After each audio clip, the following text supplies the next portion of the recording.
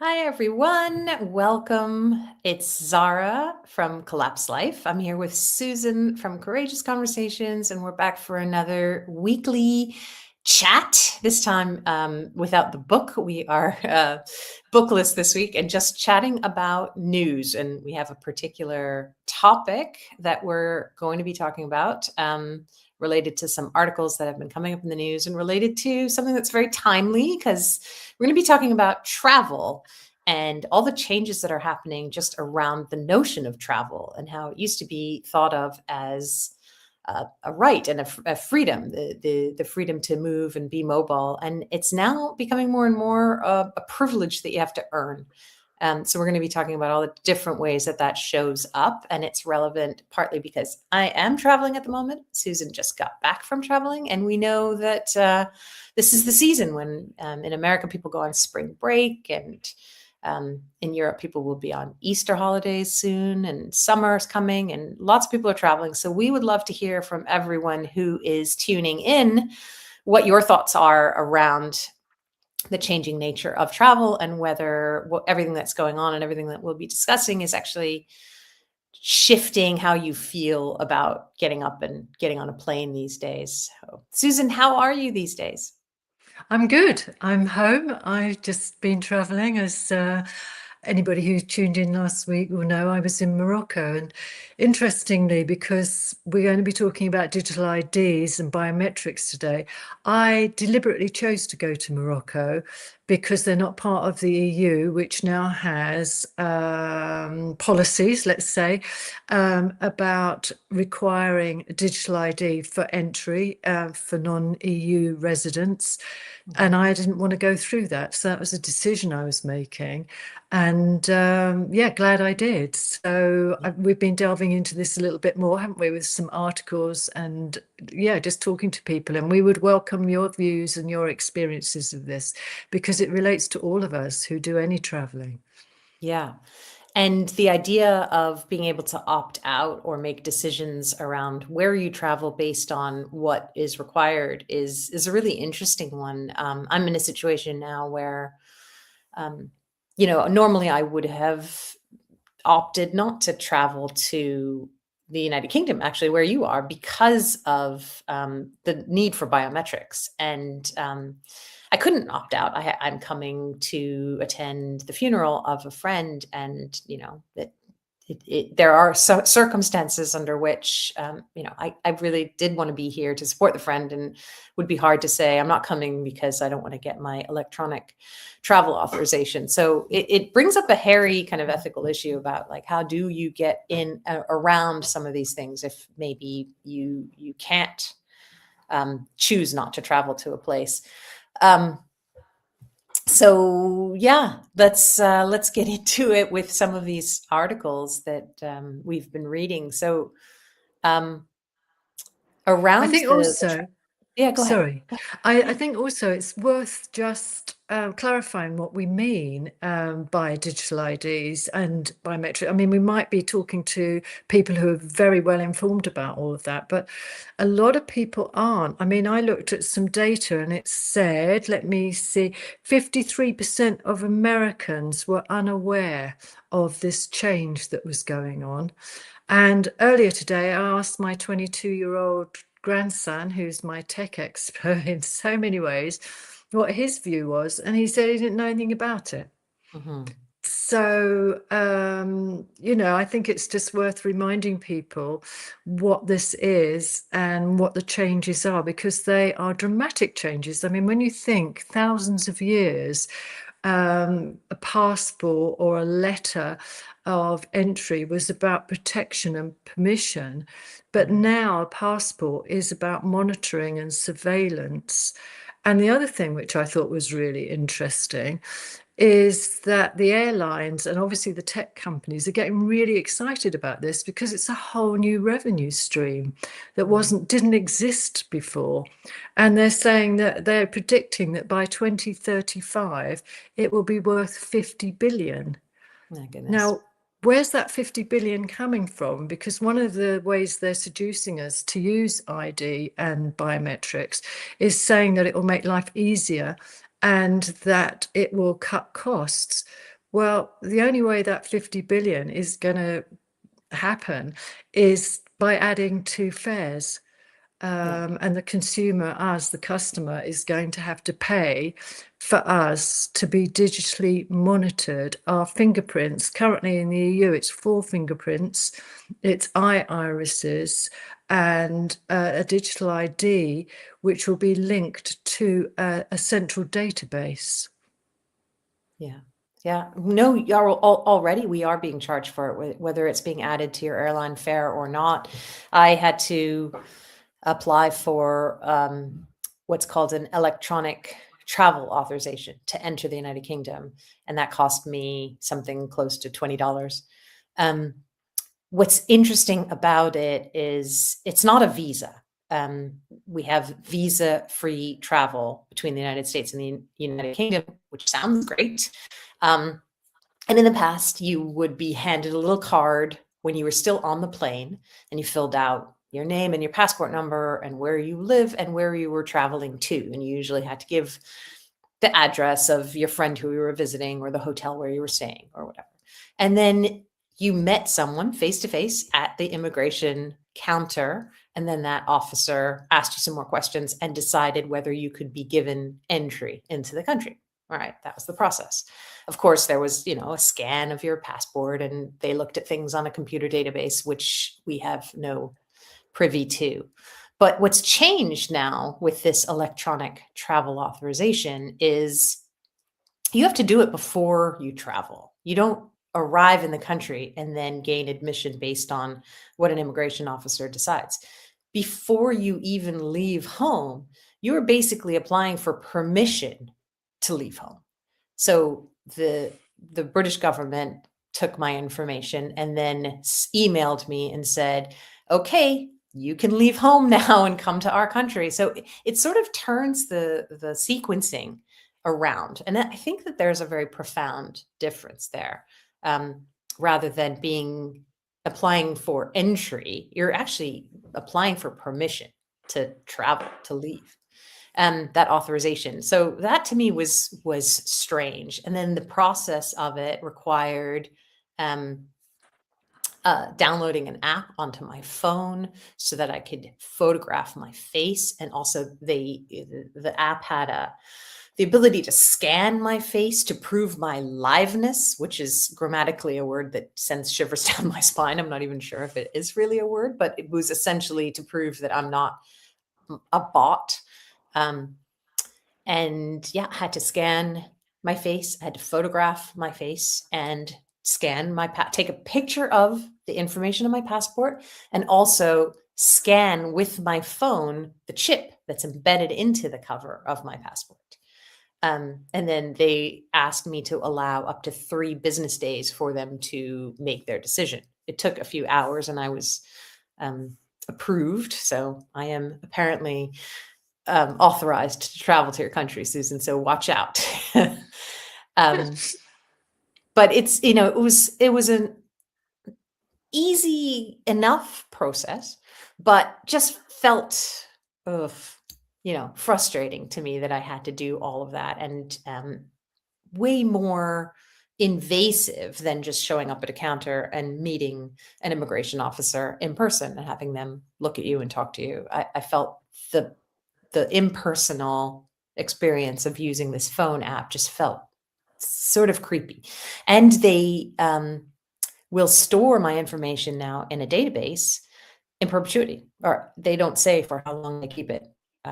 So that's not cool. So yeah, I'm just, it would be great to hear from our audience what their thoughts are, and if anyone else has had this experience, if anyone's successfully been able to opt out of these kinds of things. Just let us know what your thoughts are. Yeah, And and thanks for joining us. experiences. And Yeah. experiences, because I've asked people, and I asked people before I went to Morocco what their experiences were and what they had to go through. And again, based on your experiences, Zara, to go into America now, we need to submit our social media records for, and they will assess whether we will be allowed to go in. So it's a huge change. It's the biggest change in thousands Yeah. of years of travel, and Yeah. most of us aren't aware. So Pat's given us a comment. As both a Navy brat, Air Force wife, and a pre-16th century reenactor of all before 2005, I've been places. Now I know too many pilots talking about climate change. Our jet streams are fragmented outside of winter, and turbulence is nuts. Zoom now, and I'm reducing my carbon. I zoom now and say I'm reducing my carbon footprint. So I'm guessing that you're not traveling. I mean, I was very much committed to the environment in it, and I didn't fly anywhere for 10 years. And then I looked around and thought, this is crazy. Nobody else is taking any notice, but not that's the reason. I'm just dubious about the whole climate change thing, which is another subject.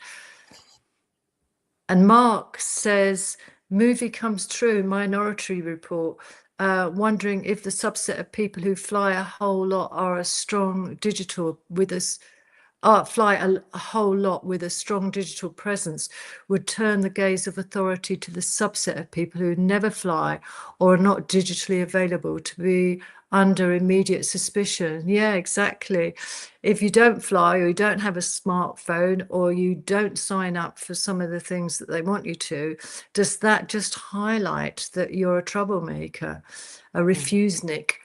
And Mark, add the allure of frequent flyer benefits, which is a psychological reinforcer using dopamine to encourage more consumption.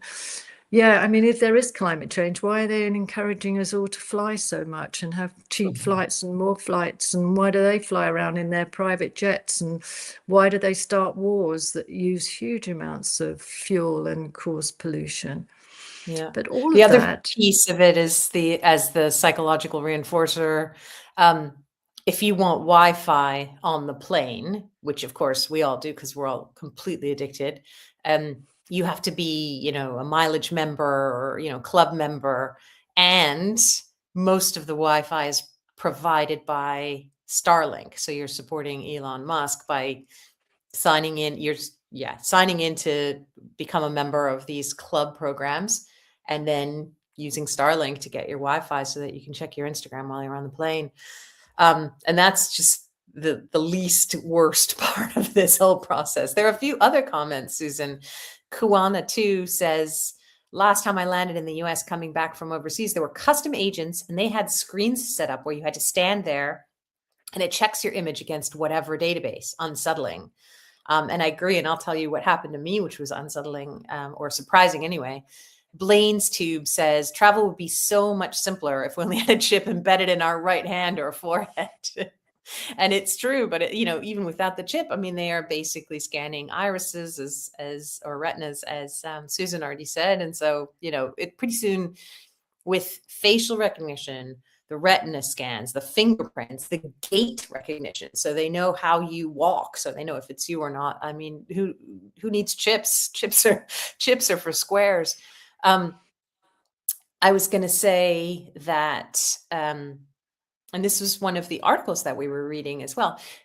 When I got to my gate to leave the United States to fly over to the United Kingdom, well, actually, I'm in Ireland, but so to take that first leg of the flight, the gate agent made announcements, please have your passports out. So of course I'm used to that. I had my passport out, but when I got to the gate, she didn't ask for my passport.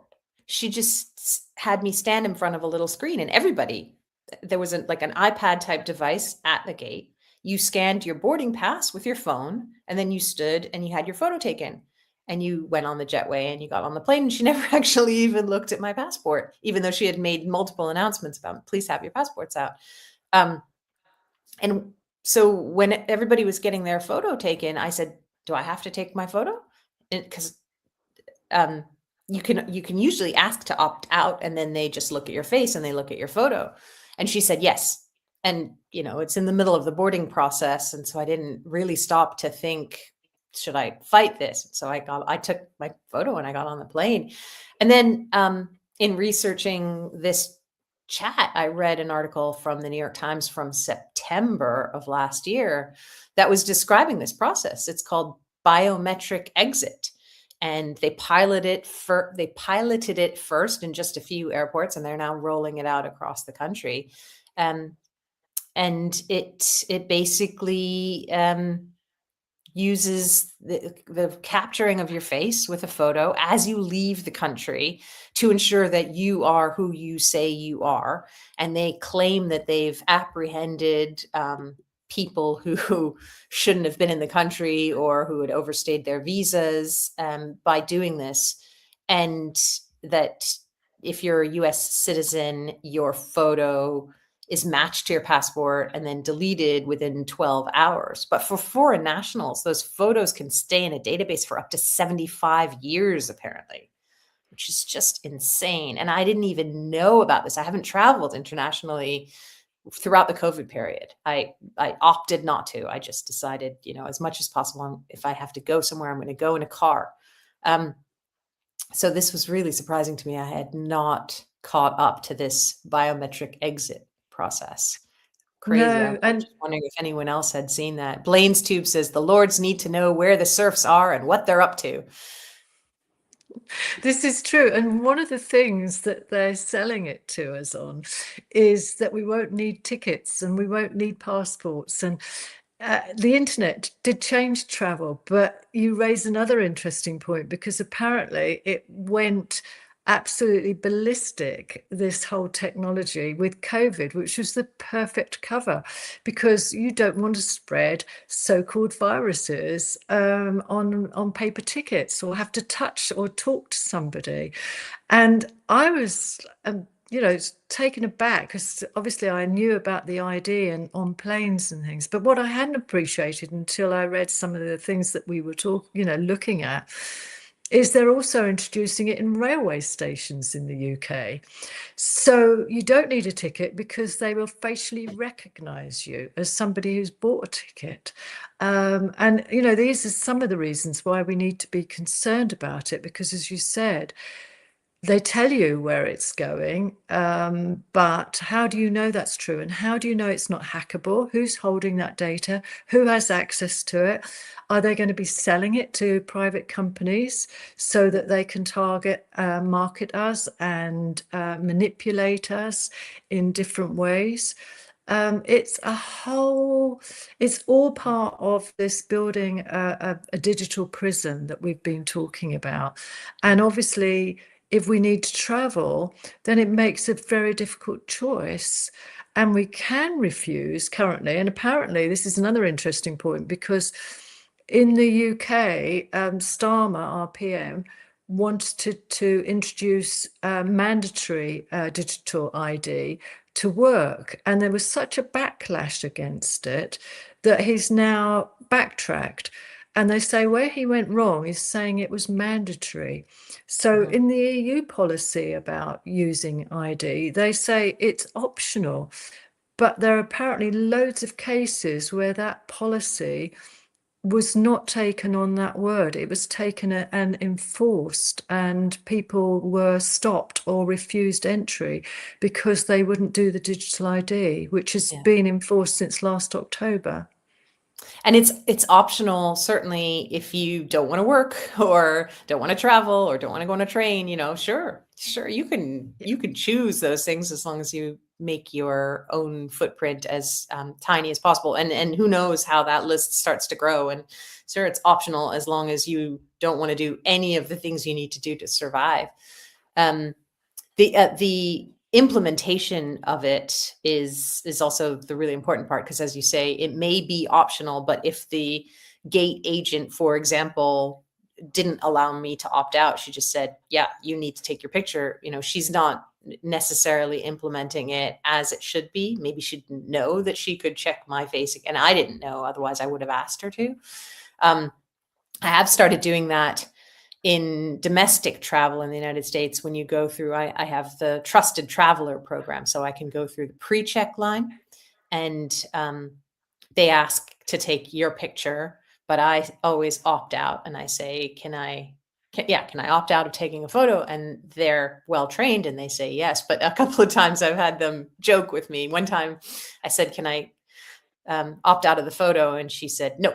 I said, really? She said, yeah, of course you can. Come on over here. I was just kidding. And she said, my supervisor watched me do that with someone the other day, and he was horrified that I was joking with people. But the other guy, one guy, I said, I'd like to opt out of the photo. And he said, why? Are you scared? And then he was just like, it's funny, So they know the rules, and they're applying them properly. And they were just teasing me because it was probably a rare case asking to opt out. Everybody else was just having their photo taken. And then there's even a touchless where you can even go a little bit faster than the pre-check line, but you have to do even more biometric scanning in order to have that privilege. So this is how it escalates, and how they try and hook you into more and more of the surveillance tools. We'll just quickly switch back to comments here. We've got one from Mark. I stopped flying years ago, and now with Zoom demand tonnage of electricity and water for the mega data centers and AI, it's my Pyrrhic victory, he says, which, yeah, so much for the carbon footprint of not traveling. And then he goes on to say security, logging into a computer system, for example, uses the what you know password, and what you have, ID card, passport, and the who you are, retinal fingerprint, face scans. Technology has done away with the first two and leaves us with bio. Yeah, and it's all happening so fast as well that, for us humans, it's hard to keep up. We still think in the old way. The technology has completely outpaced us, and they try to roll these things out slowly. They give grace periods, and then bang, that's it. You're done. Everybody's in, and most people, as you mentioned, had never heard of these kind of rules. What you were referring to there was, I described the process that an American or Canadian or many other countries who don't require a visa to go into the UK now need these electronic travel authorizations. The US has its own version of that. It's called an ESTA, which stands for something similar to that, electronic travel authorization with some S in it. They announced that last fall, and it's for about 40 or 50 countries where visas are not required, but people still need to apply for these permits for a short stay in the country, and it's part of a visa waiver program. But now they just announced last week, very, very recently, we were reading about it in a CNN story that there was a survey done that they polled about 5,000 people who regularly travel abroad, and about 30% of the people surveyed said that they would skip traveling to the United States because the United States announced that in order to participate in this visa waiver program, you have to submit your social media accounts for the past 5 years. So that's taking things to a whole new level. So the survey was kind of talking about the consequences of that if millions of people who would have traveled to the United States opt not to, they were estimating up to $15-16 billion in lost spending that could do away with 100 to 150,000 jobs. Millions of people from countries like Australia and England and Ireland and Israel, Chile, Qatar, Japan, Italy, all these countries, this would apply to. And those who are aware of it are appalled. And 30% of them would say, I would not bother traveling. It's really chilling to think that you would have to provide your social media. So now your speech and your thoughts and your activities decide whether or not you can enter a country. And this just happened actually to a Dutch woman who is quite well known, quite outspoken. Her name is Eva Vlaardingbroek. I'm sure I've not done justice to her last name. So she's a conservative political influencer. She had applied for the ETA, the electronic travel authorization for the United Kingdom last year. She traveled successfully, attended a rally And when you are approved, you are allowed to have that for 3 years. So now if I want to return to the UK, I don't have to apply for it again. So Eva announced last week that she received an email that her ETA had been rescinded, even though it was issued to her about 6 months ago, because the email said her presence in the UK is not considered to be conducive to the public good, which is just crazy.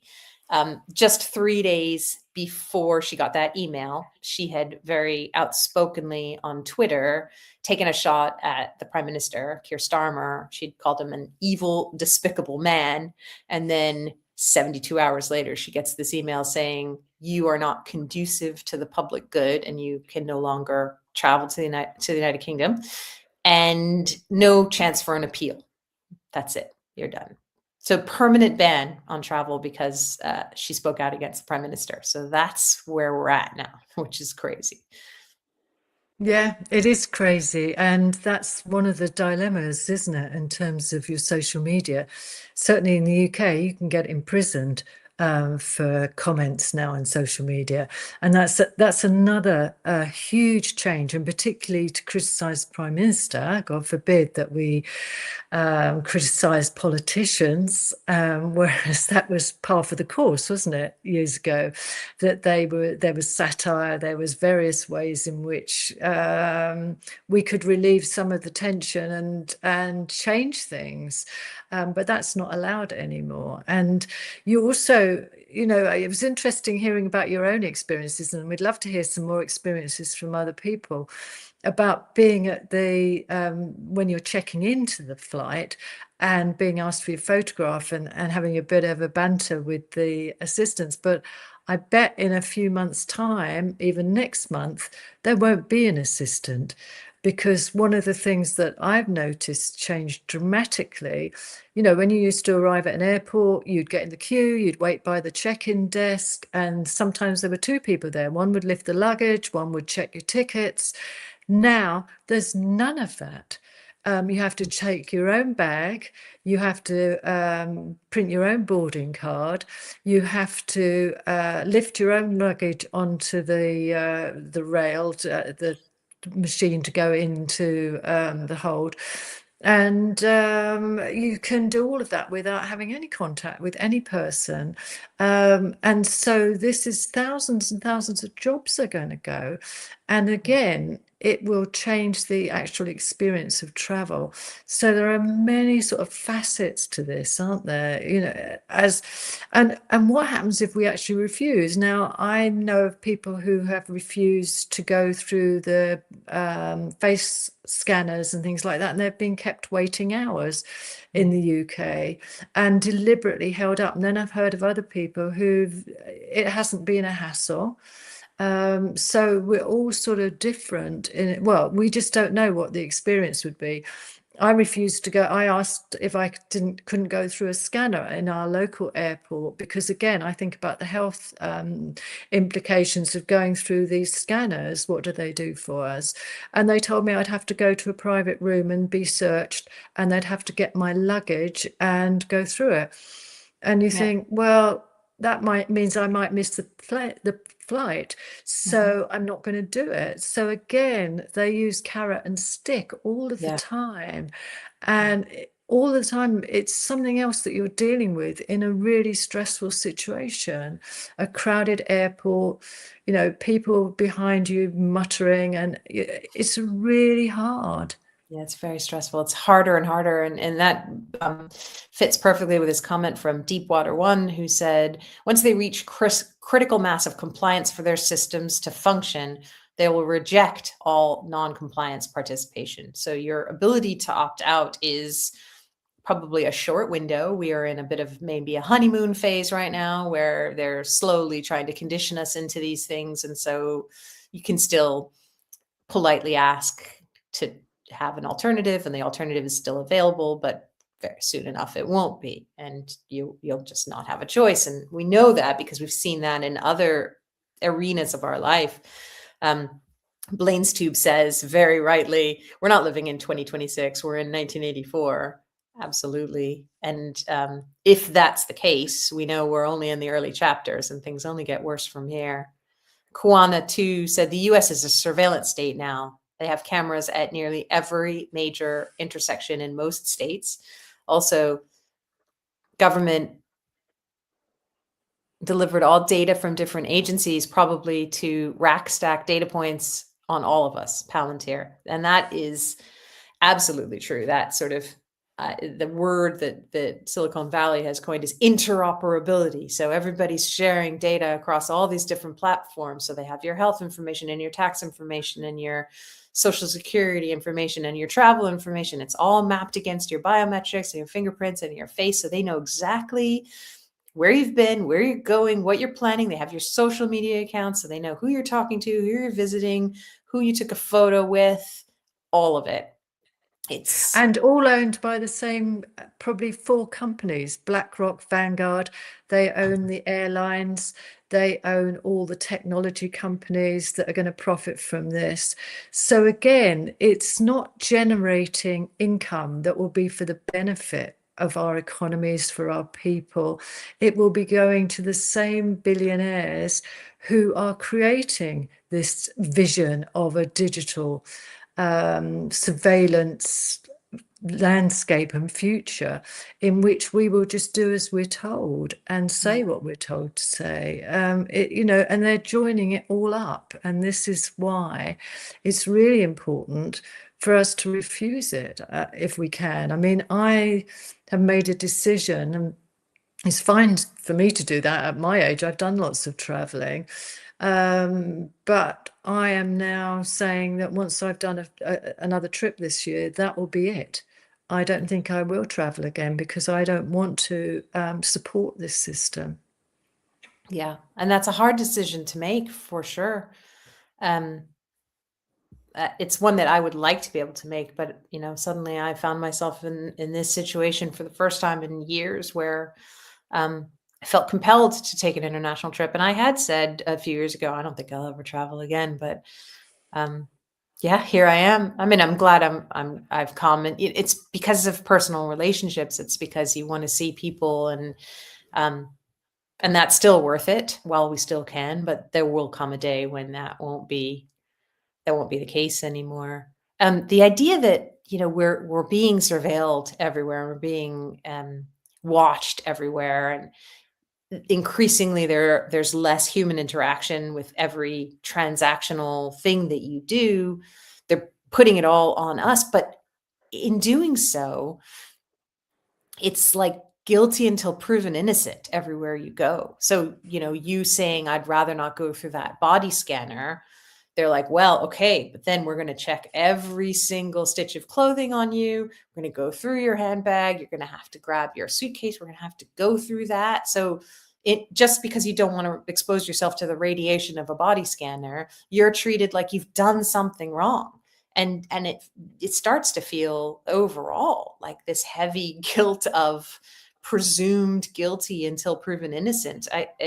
My friend here in Ireland was explaining how in the supermarkets now, in the larger supermarkets, you take a scanner as you walk in the door, and everything that you put in your cart, you scan it. And then when you're done, you bag it and you click 2 clicks and you pay and you leave, and that's it. You don't have to go through even the self checkout, let alone go to a cashier anymore. But she said randomly, kind of every fifth client or customer or whatever gets checked. And she had done a big shop that day. She had tons of items, and they pulled her over and they checked. And she had scanned everything except one, you know, €1 packet of baking powder. So that they had started to go through everything in her cart. They came across that one thing that hadn't scanned. She had bought 2. She scanned 1, and the second one got into her cart and hadn't been scanned. And so, wow, did they ever have to go through everything again and take everything out of the bags and put it back on the cart and scan it all? And, of course, other people are walking past her and she's feeling like she's this big criminal who's done something wrong when it was just one tiny item worth €1 and change. But how does that make you feel over and over again? And this is supposed to be a convenience of just being able to zip through, grab everything you need and get out there. It's no longer the case. Nothing is what they say it is anymore. No, that's the reality, isn't it? I mean, it's dreadful. I mean, I think even being in an airport is a dehumanizing experience. And that theory that we are being trained to conform, the long lines, the walking miles through sort of pathways to get to anything, to elderly people in wheelchairs being manhandled and looking and searching and having to lift our arms up and be scanned and patted down like criminals. It's all dehumanizing. And it was interesting because in Morocco they were running bags through scanners and doing searches. That seemed to be like whole thing they wanted to do. And the guy in front of me, we had to put our bags through the scanners as we were exiting the airport. And once his bag had gone in, he automatically raised his hands like that, ready to be searched. And it Wow. wasn't required. And again, it's all about conditioning us to be serfs, to be, good prisoners. And it's terrifying. I mean, we're laughing about it, but it is awful, isn't it? And I don't know, there's another comment now. Yeah, it is all AI now that collects the data and monitors. And this is from Deepwater again. The surveillance systems, which no longer needs a human on the other side of the cameras, no, will be judged by bots as to whether we are criminals or can come in or have permission to do something or give us food, or because this is the other concern.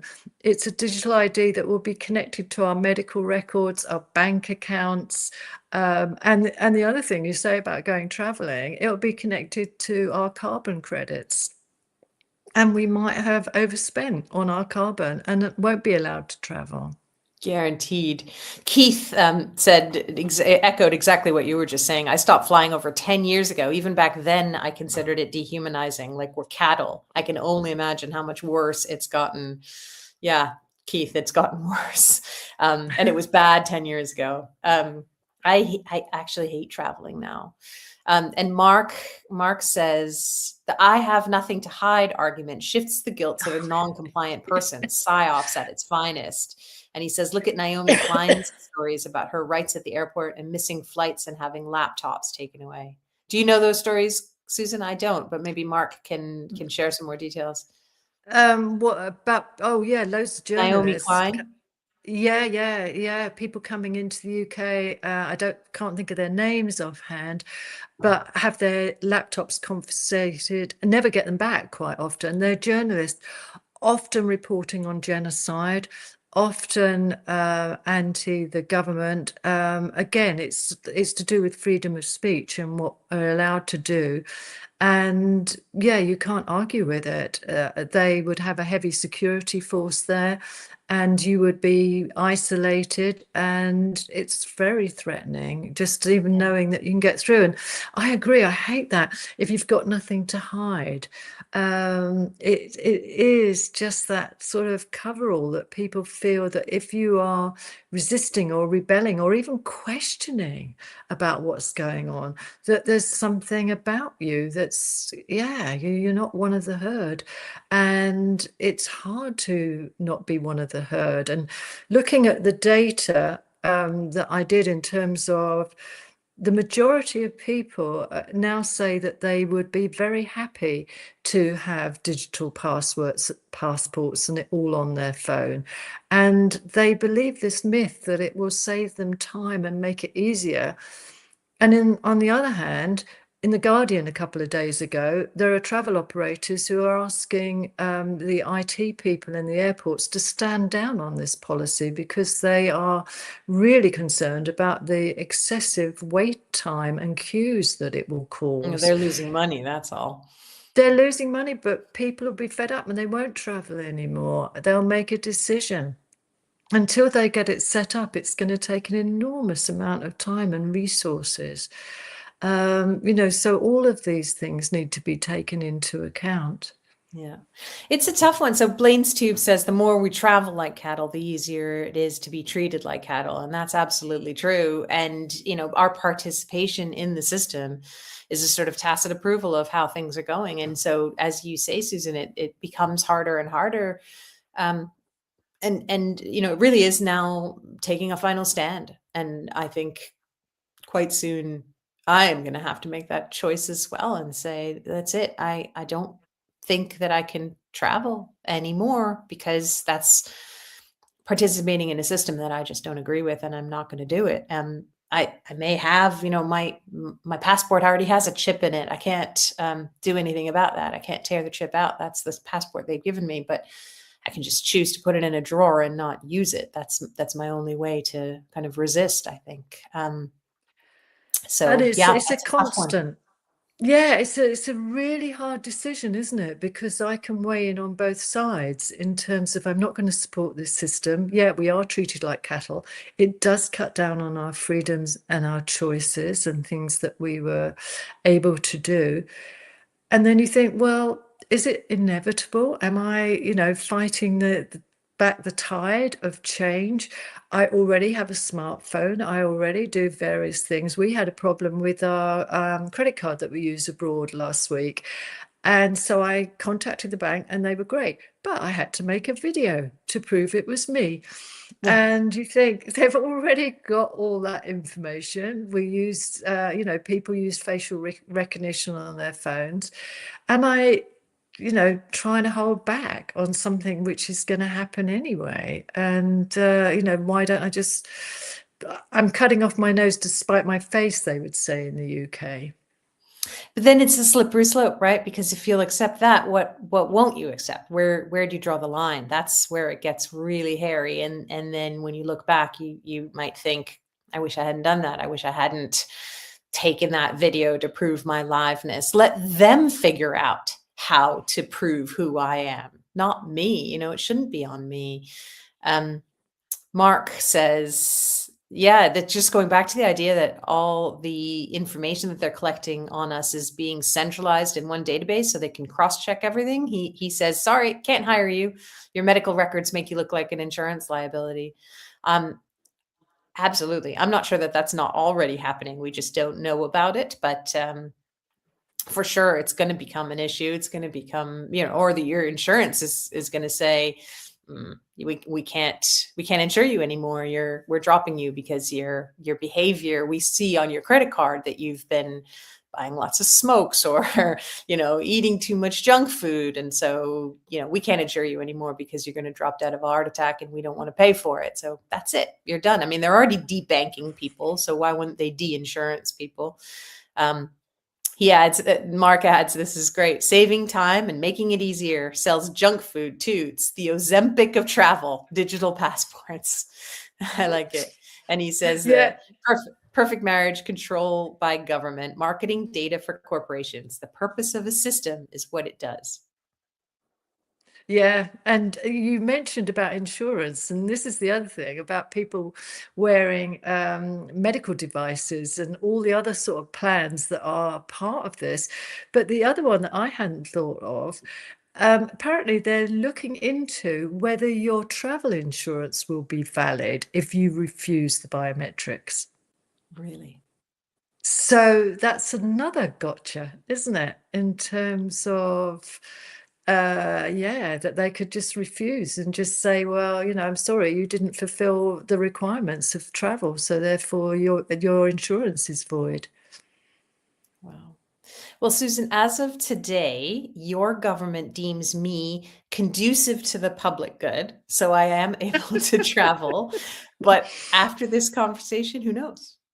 I might receive an email saying no longer conducive. So let's hope that I'm able to complete this trip, and then I can go home and have a long think about whether or not I'll ever do it again.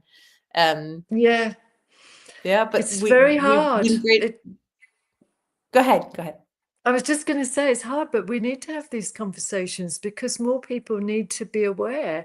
Because if you're just blindly going into it, that's even worse, isn't it? If it's a conscious choice and you recognize that the odds of you being able to resist are pretty low because of all the connotations of that.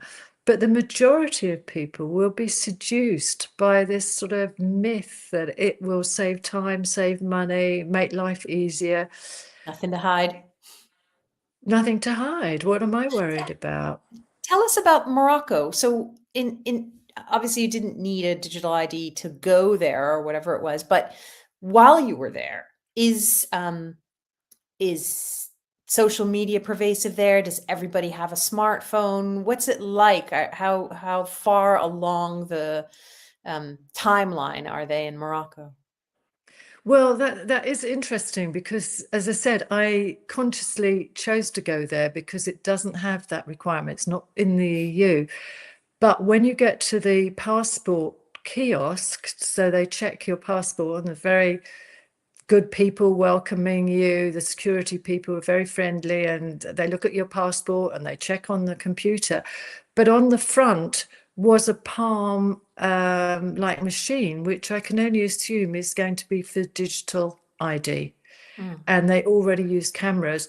So they are set up to use it. yeah, but I mean, outside the airport, like just Yeah, and I in was your going to daily say travels around about the that. country, are people wired into the matrix through?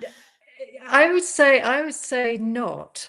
You don't see as much mobile phone use, obviously, with the young, but the other aspect of the country, it is like going, some places, it's like going back to the Middle Ages. You're still seeing women bent over carrying huge piles of sticks on their back and people using donkeys and yeah, just out in the rural countryside. And then there's the souk where they're sort of making things, and cash is king in there. But you see huge posters and ads for 5G is coming. Wow. So I don't know how they're going to do it.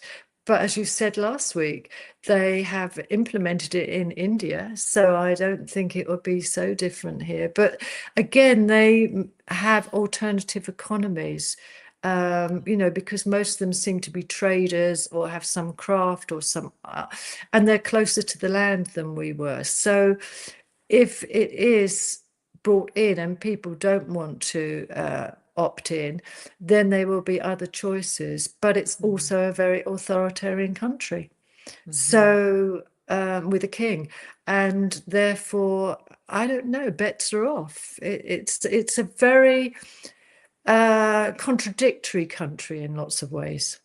Interesting. Yeah, Interesting. and Um, fascinating.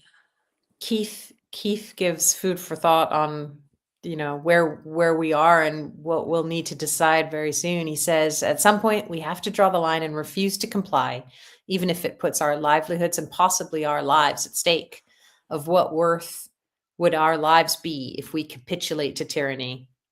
That's very true. So that's the moral dilemma. I've done this trip. I've given in to some things that I probably didn't want to, but I made the trip. I made the choice. But um, I think quite soon it's going to be, you have to make the other choice. Tamara asks, has anyone read Murder by Decree, written by Kevin Annett? He lives in Canada. He's starting a movement. And then, sorry, her comment didn't get finished. So Tamara, if you want to type back in the rest of that about Kevin Annett and his movement, we'd love to hear about it. Pat Yeah. Pat Brown says cattle don't get to choose the butcher's method. And Deepwater says that if they could get biometrics of everyone in India and a bank account, then they can do it anywhere. Yeah, That's right. we're up against a formidable force, aren't we? We shouldn't underestimate. This has been planned for years and years. So, yeah, I love Freedom Russ says I use paper handwritten invoices for all the renovation and construction work I do. Yeah, I love And he that. And says, get a horse, y'all. get a horse. Yeah, I'm going to get a donkey. Yeah. Yeah. Yeah, they are making private business impossible to exist. Who could opt out of their surveillance system? That's from Deepwater. Yeah, this is it, because they'll say, oh, well, you're not paying your taxes, or you're not doing this, or there are criminals who are using it. And anything, but it won't be about individual businesses. It's about destroying them so that these main companies, as I mentioned earlier, own everything, run everything, and run us. And yes, these are the choices that we have to make now. And thanks everybody. We were sort of running to the end of our time. And I really appreciate all the sort of comments and Yeah, camaraderie. It's been a really good conversation. Thank you. thanks, everyone. We will not be here next week for book chat because Collapse Life is hosting a special event for our paid subscribers. We're having a private round table with Bob Moriarty of 321 Gold. He's an excellent speaker, very interesting life experiences, and he's someone who's a great talker. And so it'll be a lively conversation and very interactive because we're doing it on Zoom so that everyone who participates is able to raise their hand and ask questions and be part very much of the live discussion. And so it's not too late. It'll be next Sunday the 15th, and so you can join as a paid subscriber to Collapse Life and take part in that VIP session. And we'll hope to do more like that in the coming year. So that would be great. Just before we go, Tamara's come back with another comment, and we're hoping that she'll still finish off the thought on Kevin Annette and his movement, or we'll pick it up next time we're on. But she says, I'm in a challenging situation. As my daughter lives in Stratford, Ontario with 3 children, I would not travel, except it's the only way to see family. I don't enjoy traveling, but I'm stuck. And that's absolutely the hard dilemma. I mean, that's why I made the choices that I made to come on this trip, not for family, but for very close friends. And, you still want to be there for the people that you love in your life. And so some of this is a little bit of holding the nose and doing things that we won't want to do, but I'm not sure for how long I'll be able to do that. Shall So I read? Shall I read some of the final comments? And also, I mean, I really encourage people to subscribe to Collapse Life. I know I'm biased because I love Zara and Stephen and what they're doing, but it's really good value. It will keep you informed, keep you engaged with what's going on, and cut through all the noise. So I really recommend that. And the other is that we have chosen the book that we're going to come back to, because talking about all these dreadful things that are going on, we thought we would, well, what can we do about it? So we've chosen a book by somebody who you might have heard of, Derek Brose, and it's called How to Opt Out of the Technocratic State. So we will be going through that in the next few book chats. So I hope you'll join us for that. And I wanted to say from Freedom Russ, good way to end, no use in fearing the future, plan for the best and expect the worst. Yeah, make the most of what we've got. There's no point in fearing it. We talked last week about the book that we were talking about, Jakob Norberg, about the global coup d'etat, and he said he doesn't think it'll happen. It's all too complex. Freedom Russ says, build your networks and be honest and true to your people. That's the most important thing. And to do it actively now, your life will be richer, whatever happens. The most scariest thing, I agree with this, because it's about our health, isn't it, as well as our freedom.